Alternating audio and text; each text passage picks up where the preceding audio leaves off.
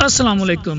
آپ نے میری آج کی اس ویڈیو کو ایک بار آپ نے غور سے سننا ضرور ہے، اور اس کے بعد جو بھی آپ کے دل میں بات ہو آپ نے کومنٹس میں آپ نے اس کو مینشن ضرور کرنا ہے۔ ایک لکڑہارا تھا جو روزانہ جنگل میں لکڑیاں کاٹنے کے لیے جایا کرتا تھا، تو اسی طرح سے جاتے جاتے اس کی جو دوستی ہے جنگل کے بادشاہ سے ہو گئی۔ جنگل کا بادشاہ کون ہے؟ یعنی کہ شیر۔ جو جنگل کا بادشاہ شیر ہے اس کے ساتھ اس کی دوستی ہو گئی۔ تو جب دوستی ہو گئی تو جنگل کے بادشاہ کا وہ جو دوست بن گیا، تو اس نے بھی جنگل کے باقی جانوروں کو کہہ دیا کہ اس کی ہیلپ کرنی ہے۔ وہ جب بھی لکڑیاں کاٹنے جاتا اس کی بڑی شان و شوکت، بڑا اس کا ویلکم کیا جاتا وہاں پہ۔ کبھی گدے کے اوپر جو ہے وہ لکڑیاں لاد کے باہر مین روڈ تک لایا جاتا، کبھی لکڑیاں جمع کی جاتی، کبھی کچھ کوئی کچھ کر رہا ہے۔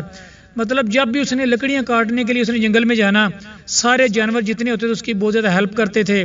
تو جناب وہ بھی بڑا اپنے آپ کو سمجھتا تھا کہ میں بھی جنگل کا بادشاہ سمجھتا تھا اپنے آپ کو، کیونکہ جنگل کے بادشاہ کے ساتھ اس کی دوستی ہو گئی۔ تو جیسے ہی دوستی کو کچھ عرصہ گزرا تو ہمیشہ وہ اپنی گھر میں اپنی بیوی کو بتاتا کہ میرا ایک دوست ہے، بہت بڑا شہنشاہ بادشاہ ہے جس کے ساتھ میری دوستی ہوئی ہے، تو اسی لیے جو ہے میں بہت جاتا ہوں، آسانی کے ساتھ لکڑیاں اکٹھی کر کے لے آتا ہوں۔ اسی طرح سے جو اس کے وہ دن جلدی جو ہے چینج ہو گئے لکڑہارے کے، تو اس کی بیگم کی اس نے بڑی تعریفیں کی بیگم کے سامنے اپنے دوست کی، یعنی کہ اس بادشاہ کی۔ تو اس کی بیگم نے کہا، تو وہ تجسس میں تھی کہ ایسا کرو تم ایک بار اس کو بلاؤ، دعوت پہ اپنے گھر میں بلاؤ، اس کی دعوت کرتے ہیں تو میں بھی مل لیتا ہوں تمہارے دوست سے، تمہارا کون سا ایسا دوست ہے؟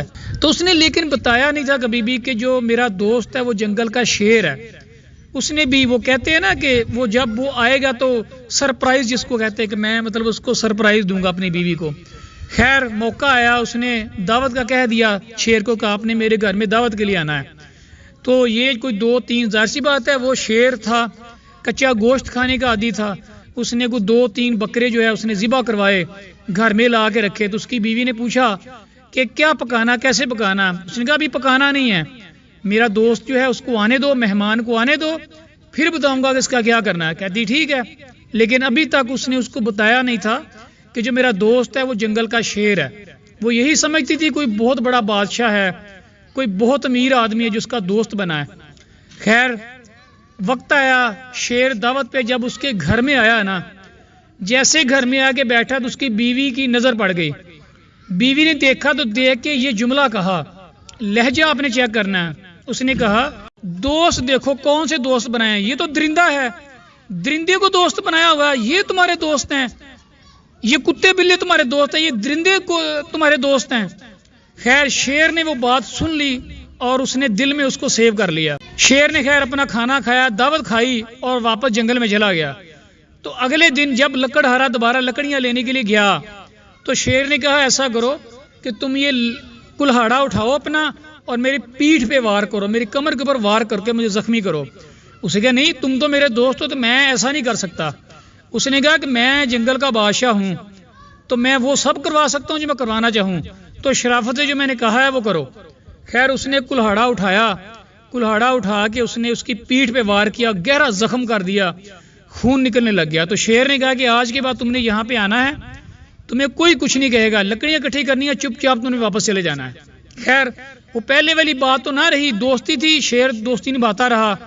اسی طرح سے وقت گزرتا گیا 8 سال گزر گئے۔